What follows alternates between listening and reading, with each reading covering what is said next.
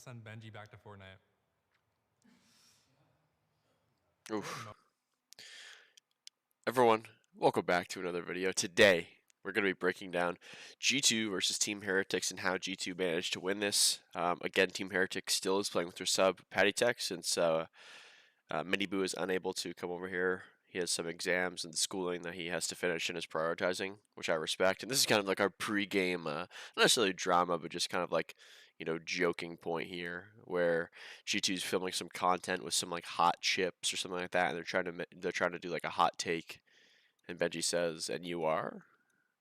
So definitely a little. There's something on the line here for this game, obviously. And we're going to start on the pistol round, kind of breaking down a pretty standard thing that I saw in this game, which was just this running trend of miscommunication and Team Heretics just kind of failing to get on the same page as they normally would.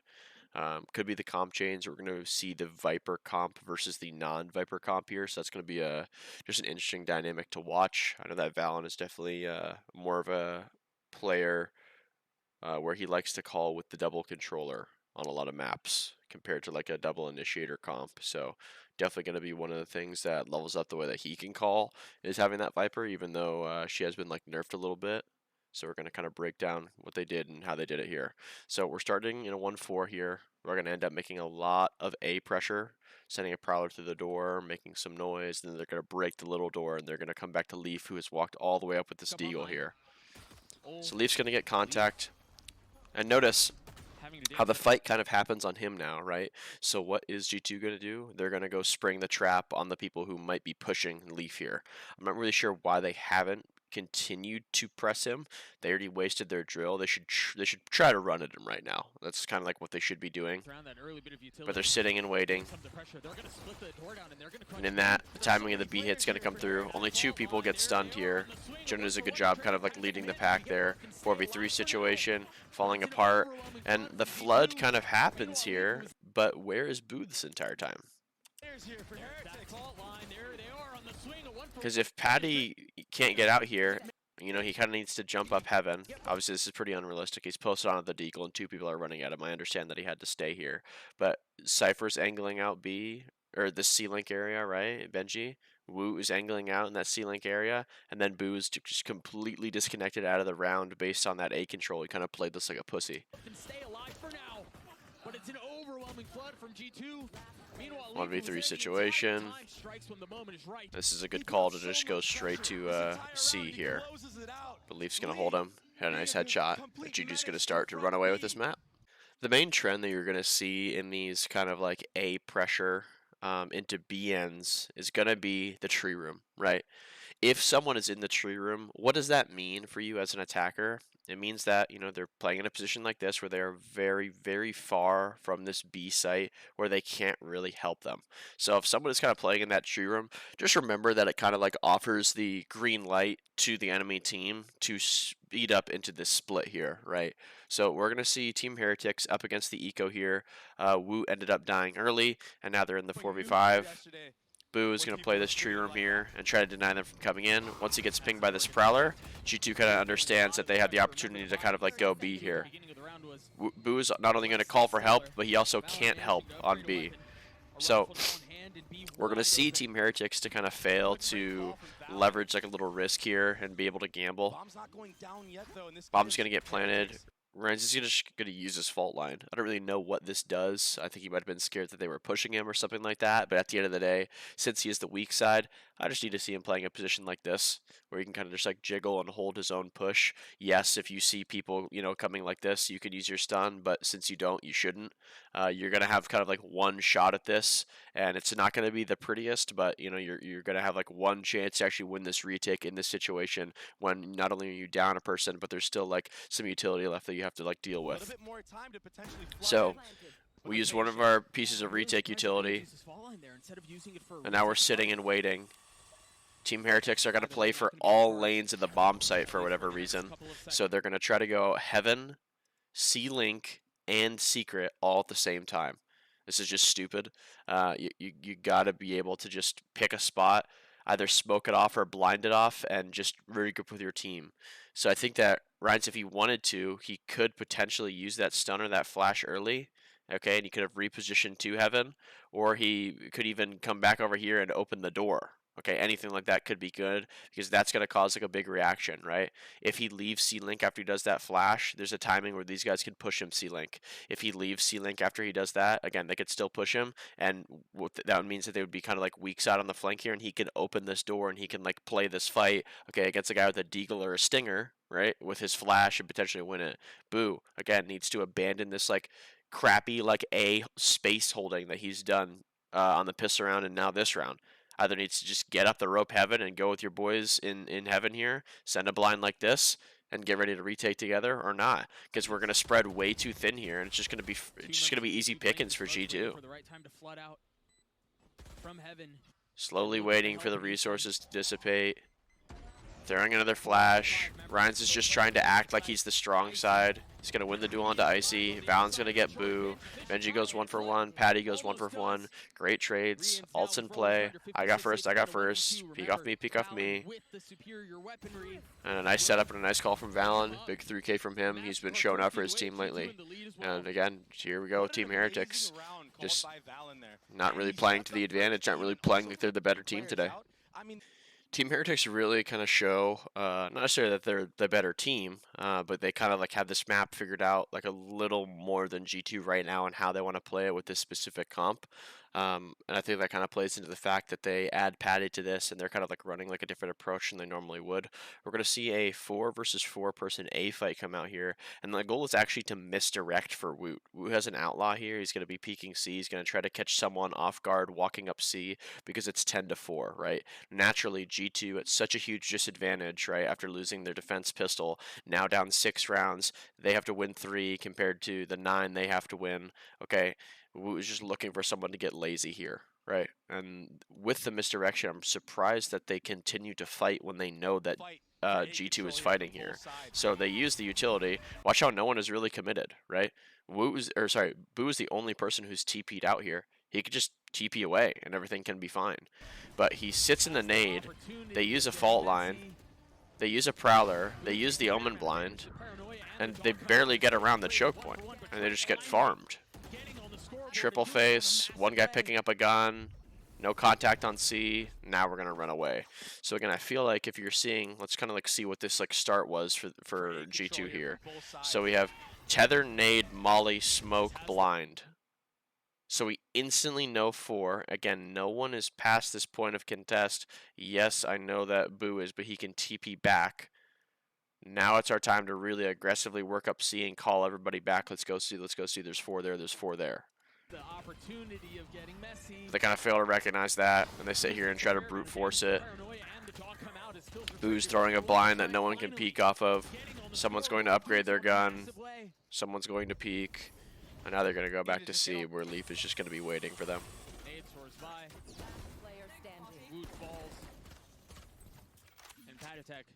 Can't be too far off. 4v1 situation on the bonus. Patty with almost no util and a Spectre. Leaf's going to see his head here in a second. Dead. And G2 can start to come back now. I mean, this isn't even about the teams anymore. This is just my personal opinion as a Breach enjoyer. This character just needs to be reworked. It's just so tiring and just boring. Constantly outplaying people with your utility and being punished for it. Now, I'm not going to sit here and complain about, you know, dying to people who are full blind, because that's just a mechanic of the game, right? If you don't understand how to peek on the timing of flashes, you will get spammed and killed a lot. But the fault line is just a cosmetic ability. Like, it doesn't actually do anything. It just makes your screen turn gray. I don't know. They need to rework this. I mean, let's just, like, see Jonah P get caught out here. Fault line's going to come in. Full stun kill. Full stun, another kill. Just like, it's like it literally gave him more confidence to play with. And now Team Heretics are going to lose a round because of it. Just like I've lost many, many, many before them playing Breach. Ryan's left in a 1v4. If anybody can do it, it is him. Nice shot from Jonah, and he's going to start heating up now. After closing out the game on their attack half, Heretics just did a good job of abusing A on Lotus. And I think a part of the conversation that G2 had was like, you know, boys, we're not really playing like we normally do. We're like giving them a little too much space. Let's start face checking them a little harder. So especially against this competition, you're going to see a lot of one-ways come out because there's going to be a lot of cheeky stuff you're going to have to deal with. But this is like a nice confidence round for G2 that I like to showcase, led by none other than the MVP of this series, Jonah P. So in the 3v4 situation here, they understand that they're up against double initiator, double controller. There's a lot of utility to deal with, and they don't have much left. They need to be able to make a play here. Okay, most common version of making a play on the B bomb site is immediately walking through the elbow smoke. Boo is aware of that. He's going to look at it. Jonah's going to do something a little uncharacteristic, and he is going to walk into spawn here. So 3v4, man disadvantage. The enemy will take a timing, they will take risk. He's going to get a nice kill here. I don't really understand how he isn't spammed and dead. Only one person starts shooting at him here, but you know, that's just me. And Heretics, like what I've talked about before, they did close out the first map in, like, to be honest, pretty convincing fashion. You know, the way that they kind of just like abused A, they just had like a good game plan. But rounds like this are, you know, kind of like scary to see, where, you know, it's almost like they're playing like they're scared. So the Thrash is going to come out. It's going to get broken. They know where two players are. They're missing Brim now. Benji's jumping up into hookah. No one's tapped the bomb. Molly's going to come out. Now they know where all three players are. They know that there's one elbow and two octagon. So let's while this is down, let's push him, right? The bomb isn't tappable. It's not defusable. Let's push him, okay? We're going to double up and trade over here. Ryans, you can hold his back and make sure he can't get away. Got it? Got it. Okay, we're going to see Benji just abandon this play and just bait Patty, get distracted by something. Ryan's just watching for the peek. He takes his one, gets it. Now in the 2v2. Trent can spot the bomb here. Jonah's just jiggling it out. Time's running low, and they're going to lose this 4v3 retake. And again, if you give G2 rounds like this and you let them gain confidence, you are going to regret it. And here we go again. Remember, we use ults to win rounds. We don't waste ults trying to sneak back into them. This is a totally okay situation. You're in a 3v5, okay? If you are to get kills, damage, right, to make it even footing, and you want to use an ult to secure it, right, or make it very close, like if you get two here and knock it down to a 3v3, and then you have both of these ults come off online, you know, I'm not as opposed of you using them, right? But when you're going to go up against a situation as hard as this, okay, where we get one kill, we're late to the party, one of our teammates has 40 health, the enemies have got to reset, we're in no position to capitalize off of this. We're healing. We're healing. That's what we're doing when we sky out. We're healing. We're not chasing it, trying to, you know, catch someone breaking it or peeking together with flash. We're healing. Okay, so we stop to heal with it. Every cabbage but one is broken. You can't get into U-Haul against the Mosh now. And then this. And then that. So.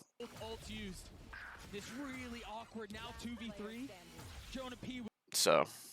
I mean, and then this happens.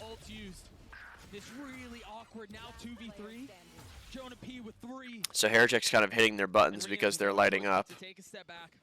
Now wasting both of their initiator ults on this defense half, which, by the way, are just extremely difficult to deal with. And they're just getting face checked a little bit and getting a little disrespected by G2 right now and not picking up on it. So really getting momentum here if you're G2. Valorant's calling a nice attack. They have constantly been abusing A. Okay, the standard Gecko Sky going up these lanes at the same time with the 5, 6, 7, 8 pieces of util they're using on the bomb site hit. Okay, they've slowed this round down, and now they're coming back towards B, and the man disadvantage, I'd like to say, the man disadvantage, okay? I don't understand why Patty is taking risk in this moment. There's no point. There's just simply no point. If you're going to face this, you have to face this together, but in the end of the day, you should either be jiggling or being in a position where Boo can, like, peek off you, use his blind off you. Anything like that can be valuable. He's down to no utility, so he's kind of just, like, panicking here and just face-checking this like a noob. They're standing out in the open with a Guardian in light armor in the man advantage, and he's going to get caught out. It's just totally unacceptable, like how lazy this fight is. Gets down to 20 HP. G2 are now going to understand that he was a line holder, and they're going to walk at him now. Icy's going to kind of like make the distraction here with this satchel nade, and then this is going to happen. Are you allergic to playing together? Just just please do something together here. That's all you have to do. 30 seconds left. Jonah's going to invest the utility. Miss the stun. He's going to hear Patty run away. Really nice pre-fire. A 4v3 now. A 2v3. Rain's throwing a shock and just shift walking out. Could have comboed with a molly. 1v3 Fortnite. Another 1v3. Yeah, and this one might feel like the most difficult of them all. I wanted to peek there. I could just tell. This one has slept. He didn't forget what the tweet said. It's completely Leaf slipped puts him away down. for Team Heretics. Sprays the body a little bit. And G2, man, Both they're teams. making him work. Last round. Nothing too crazy here, but I would just like to showcase like a cool pistol round idea here. We have the players on either side kind of in a defensive position trying to gather info. You're up against the double initiator, okay? What do we know as the team who plays the double initiator? We slam shit, okay? We go short and shower at the same time. We pop out and kill you, okay? We can hook a pop. We can fly up long. Anything is possible. The double initiator on G2 are actually going to start and spawn. And they're going to fast rotate to the position that Team Heretics rushes to, and they're going to flood out on them and stop them from getting set up, which is like a really cool like idea, and it's something we don't see often. Wolf's going to come out. And this is Smoke's so gonna unique. land, It's Wall's gonna two go up. initiators in spawn right now. Close side is cleared. And they're able to And be they're here in for U-Haul. this hit. This is Dart's gonna going to be a go in for flood. backside. 4G So this is an anti-shower type of play here, right? We have both smokes for the heaven and the shower position, and they're going to come out backside with this wall going down with the dart. Flash dart, no scans. Peeking into pipes. Going to get some trades in their favor. 2v3 situation. Trent's in a good spot angling out. Patty gets caught out here. Trent's going to drop it flash. Leaf coming out pipes. Wins a 1v1. Wingman's on the bomb. They don't even have to play for Wingman. They can just let him reveal his position by breaking it. Leaf takes his time, gets the kill, and sprays his body. So a really nice pistol there, even though the trades went the way for Heretics at the start. But G2 cleaned it up, and they have some nice fundamentals in the clutch there. So the nice couple rounds gathered here by Heretics, I mean, their defense side, they could have got a couple more. Honestly, G2 closed out a lot of situations they weren't really favored to win, and they won a couple 2v2, 1v1 situations. So this game could have been a lot closer. But we're going to see here an example of what body language means. Now, body language is obviously something that, you know, we all know as a real life thing that we gather by literally looking at people, right? But it does work in Valorant where you need to understand the body language of some players when they're in the game and what they are actually doing or willing to put on the line for something to happen, right? So when I say body language, this is what I mean, okay? When the round begins, Icy's going to walk into this corner here, and we're actually baiting for the shower fight, okay? So we sent a flash through the TP at the start of the round, and we're baiting like we did the shower swing instantly, and Icy's now in this pocket. Watch Trent here. Watch Trent here. He's pre-firing the wolf on the ground. Body language. What does that mean to the attackers? This guy is so willing to break the dog, he's face-checking ashore. Something is up, guys. Something is up. There's got to be a guy on top of this peacock position, a top truck guy, a close guy in this pocket. Something is up. If someone is willing to lay their body out like that, and make sure that dog does not get around the corner, okay? You have to understand that something is up. Team Heretics kind of failed to realize that. They're not going to clear the corner. Icy's going to get 3 here and be able to back up with this nade. And that's just going to be able to ice this map. Ryan's and Boo now in a position where, you know, they just have to kind of peek here and hope that they give him a kill. Jonah spotting, sees 1. Boo's the last missing player. Just going to jiggle from a safe position, doesn't need to get caught out. Strength shown. The A players are actually going to leave other than Valen. He's going to play retake on this bomb site. Leaf wants to check his back, make sure no one's in. It's impossible. Boo's in the pit. Leaf's waiting for him. The drone's going to come out to bait for him. Again, you know, good attempt, but at the end of the day, it's just a pretty much unwinnable situation. Yeah, Pit's going to go down, Dart's going to go in. Smoke's going to land 2v4. They still have a lot to deal with on the retake on this last round. All the ults are going to get used here if they need them. They're playing the right way right now. Bomb's going to go down. I'm surprised he even tried to stick that. That kind of just needed to be like a tap and see what happens type of round. And Icy's just pissed off. And he wants this ace. Trying to plan A. Will succeed. 1v4, gets the bomb down. Notice how Trent isn't running out, Valorant isn't running out. They're just taking their time and waiting for everybody to get here. Yes, they don't have any ults left, but it's fine. Icy's going to lead, looking for the ace, and he's going to get it. So G2 are going to have a really big momentum shift going into this last map, and we are going to see exactly what I mean by that in a second here.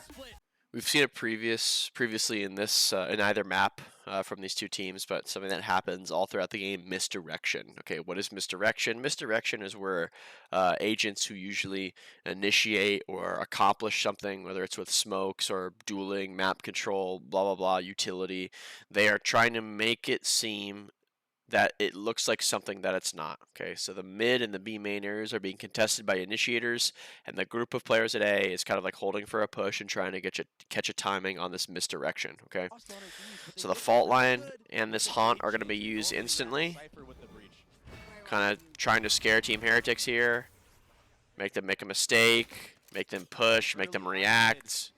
The A push doesn't come. Trent's still trying to make more noise. No pings there. Jonah's holding his side. Nothing there. And now we're going to see this get value when Team Heretics lazily re-clear this. So raze is going to drop in Wolf, and in that time, okay, PattyTech is walking up here. He's just walking up here and he's just getting caught off. Okay, so this is just lazy, right? He needs to just either tuck behind the box or play this ramp position or play up down with him here while he wolfs, okay?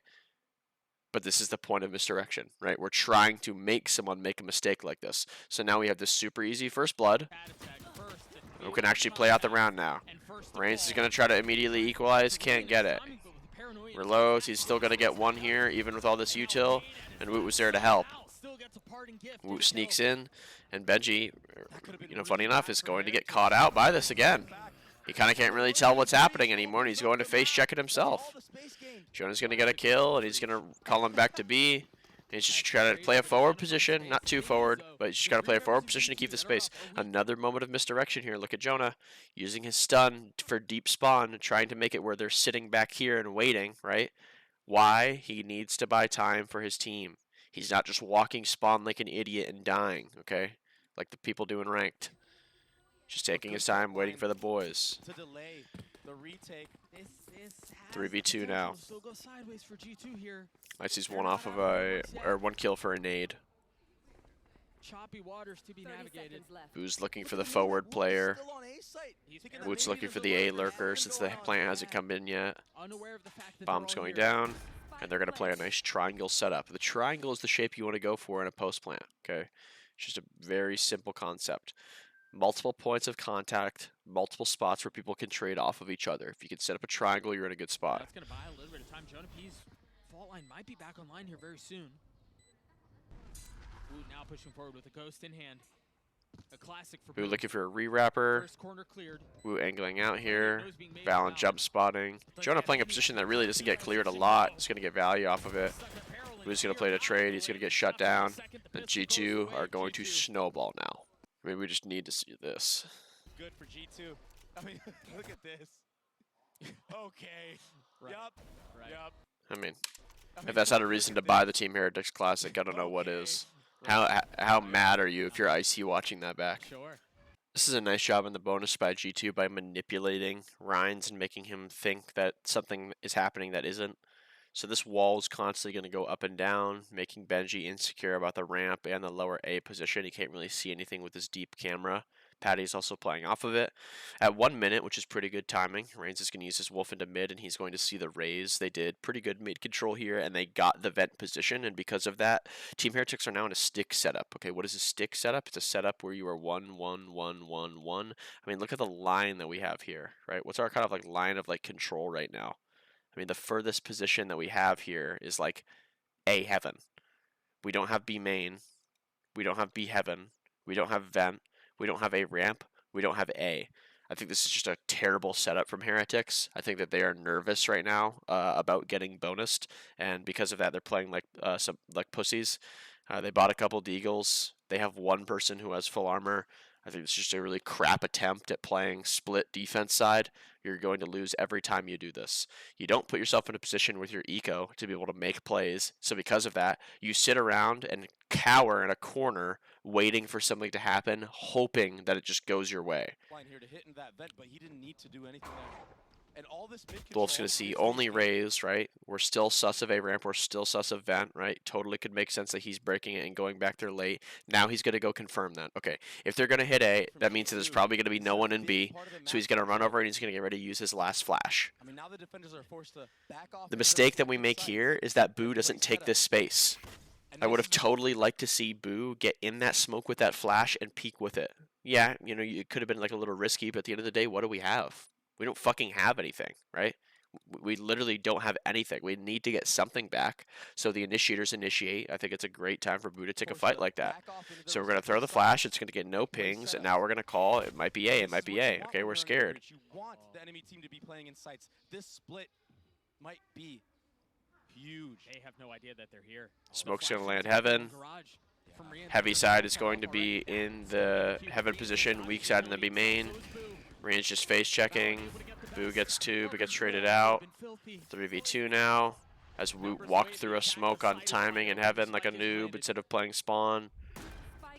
Now it's on Patatek and Benji Fishy to pull this one off. Yeah, and they're taking all this spawn space. 3 players. It's a nice position from G2 here. Here's Benji skip up the stairs. Now they're going to start rapping. Valon's going to say, listen, I got the bomb. You guys don't have to worry about it for now. Just keep walking. 3v1. Benji Fishy. He knows Icy's in the server. He's nervous. Oh, no. Oh, no. The bonus lands for G2. So on the back of a Team Heretics timeout, okay, a full buy is in play here. We have an ult to use. G2 are going to change the pace, and they're going to get in your face. Devil Initiator with a single TP and Satchel. We're going to run up and get control here. Normally what's going to happen now is you're going to get re-cleared pretty quickly here, okay? Something's going to happen with like a Molly nade, tether nade, whatever kind of comp they have. Icy is going to get caught off. Valon's going to use his paranoia, unable to trade. Here we go. Trent instantly trying to walk out 5v3 now. Woot gets punished going for another. Valon breaks the trip. He's going to then plant the bomb in this position, trying to make some noise for Leaf. Leaf has really figured out this role. I think that the way that he understands timings, the way that he moves around the map, it really has purpose just about every time. He's not like a brain dead person, just okay, I guess what I'm trying to say is a lot of the time, lately at least, on this role, this like Viper or Sentinel, it's just some like brain dead person who can like aim, and they don't really like understand how like the map works, how timings work, how push and pull work, give and take, blah blah blah. So I think he's doing like a really good job on this, and he's probably like the best person to do it right now. 3v4 situation with Omen ult, we can use it to clear something, we can use it to get info, we use ults to win rounds. We're in the advantage here. Okay, we're down 0-4. We already took a timeout. We need to convert this one. We were at a 5v3, okay? Now it's a 4v3. Let's use our Omen ult and get some info, okay? It could be anywhere, right? It could be ramp. It could be a main, right? It could be in the site just to see where the bomb is planted, right? Influence your decision. Talk about how you are going to retake this. Nah. Guys, let's go screens like a ranked game. Let's just go screens. Okay, that sounds good to me. Oh, we got countered by 1 stun. And a drill. And a Viper Molly. Oh, we lost. Okay. Let's just try to brute force it on timing. Alright guys, 3, 2, 1, go. Oh, shit. Shit, how'd that not work? Fucking shit. Nice shot, dude. You're playing to win this round. Dupe. Come on, dude. Total crap. Total crap. Just absolute panic and crap. Ult comes in. We just shit our pants and freak out and run out regardless. Hat doesn't even get a scan before 3 people die. For whatever reason, he doesn't look elbow there, but to be fair, I am being a little harsh. This is pretty unwinnable, but at the end of the day, it's just a terrible retake attempt from Team Heretics, who have already wasted a timeout.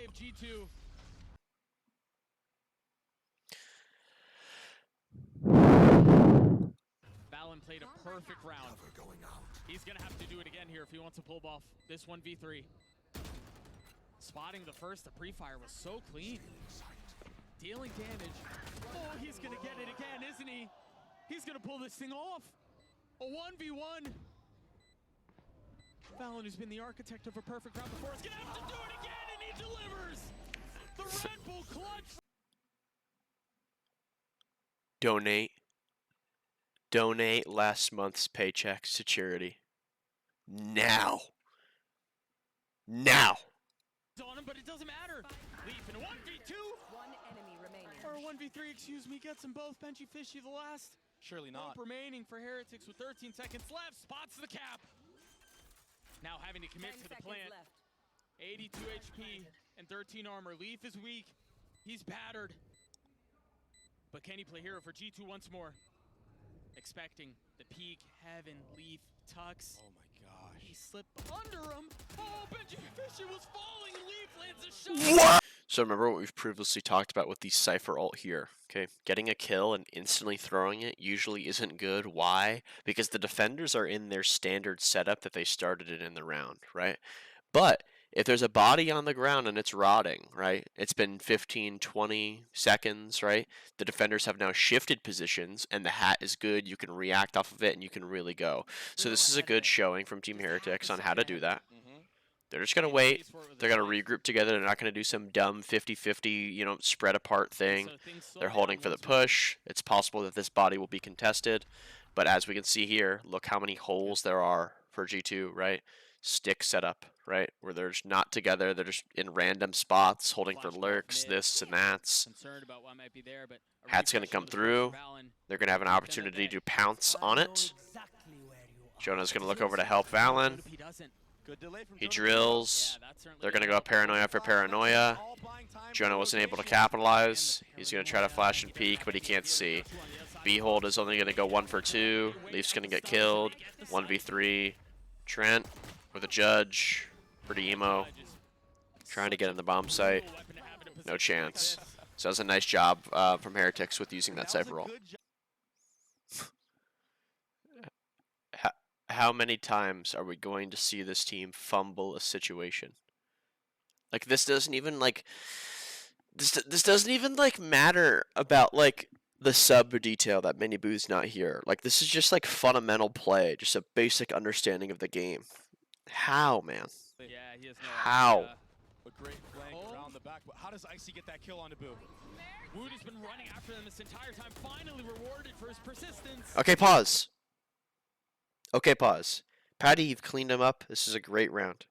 You now have nade, 2 satchels, and a Roomba, and the bomb is planted for you, heaven. And you know no one is on it. What are you going to do in this situation, okay? You can drop it in the bomb site. You know this last player is flank. Ryan's called him out. You 110% know that he is B main. Yes, there's 2 smokes on the ground. He could have repositioned. I can understand that you don't want to drop.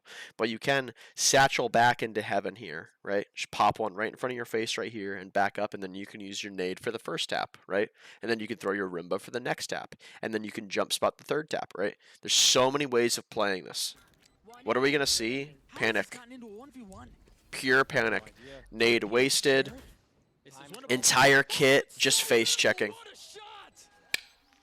The only way he could possibly win the round. I'm just gonna peek him. All right. No, that's fine. No, playoffs isn't on the line right now. This game, no problem here. Go ahead. Here we are. The round we've all been patiently waiting for. What the fuck am I watching? 4v1 situation. We could have 2-0'd this team with ease. But we have lost so many XVX situations, man advantage situations, clutch situations. We've just fucking thrown the game away. I mean, I feel fucking terrible for the coaching staff on this team. This game has probably taken 10 to 12 years off of their life with the amount of stress that they have fucking endured. And then you're gonna let this happen? You don't fucking deserve to be here. 1v4 situation. Bombs giving to Patty so he can start farming his ult.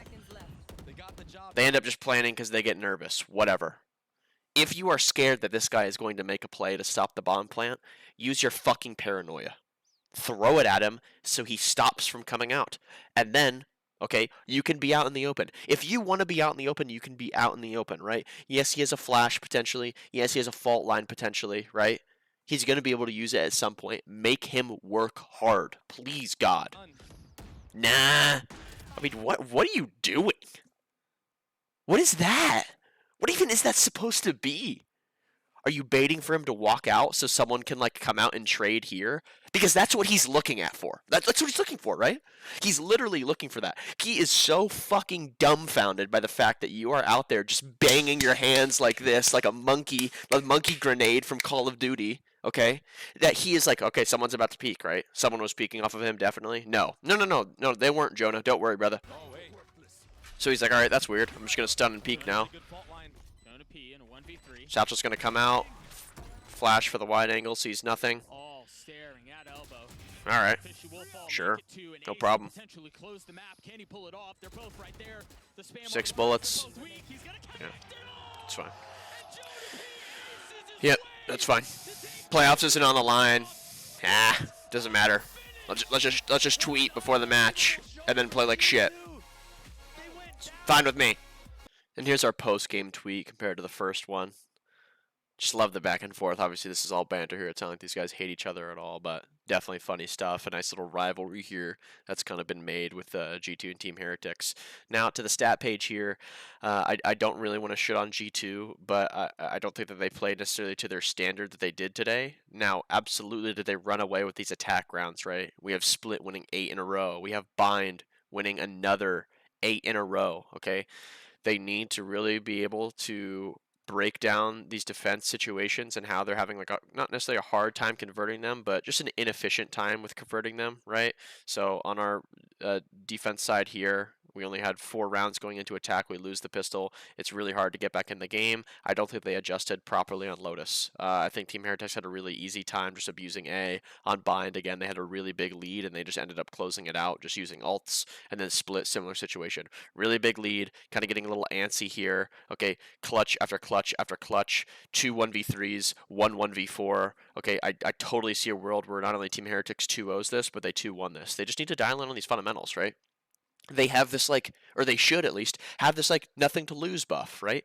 Guys, we're playing with a sub. Not that it's like a, diss or anything to Patty. Obviously, he can play at this level and he's been on this team before, right? But guys, let's be loose, right? Let's play loose. Let's play together. Let's just accomplish whatever we want to do together, right? Don't go off solo. Don't give these guys opportunities to win rounds. What's G2's win condition? They're fundamentals, right? Playing together, okay? Punishing you for being lazy. All right, sounds good to me. We can operate in these simple setups, these simple defaults, and we can just, do our best to fucking out-aim these guys, out-frag these guys, whatever it is, whatever your game plan is. Sounds good, right? Doesn't matter to me. But we didn't see that today. And G2 get gifted a win and a free spot into playoffs now, and Team Heretics now has to struggle, and this tournament is going to become much more harder for them than it already was. Really entertaining match to watch nonetheless with the amount of individual moments that happened. Obviously, we didn't really showcase that much from Team Heretics here, but at the end of the day, it is what it is. That's not why we make the videos. I appreciate everybody for watching. I hope you enjoyed. I got more coming out, again, covering all of Master Shanghai. Make sure you guys follow me on Twitch. The link is in the description down below, along with all my socials down there. Make sure you're subbed on YouTube as well, so you can stay up to date with all these videos. If you want to get better at the game, you can join my Discord and check out my options that I have for coaching. But other than that, I appreciate you tuning in. Thank you so much. T-Dog out of here. Deuces.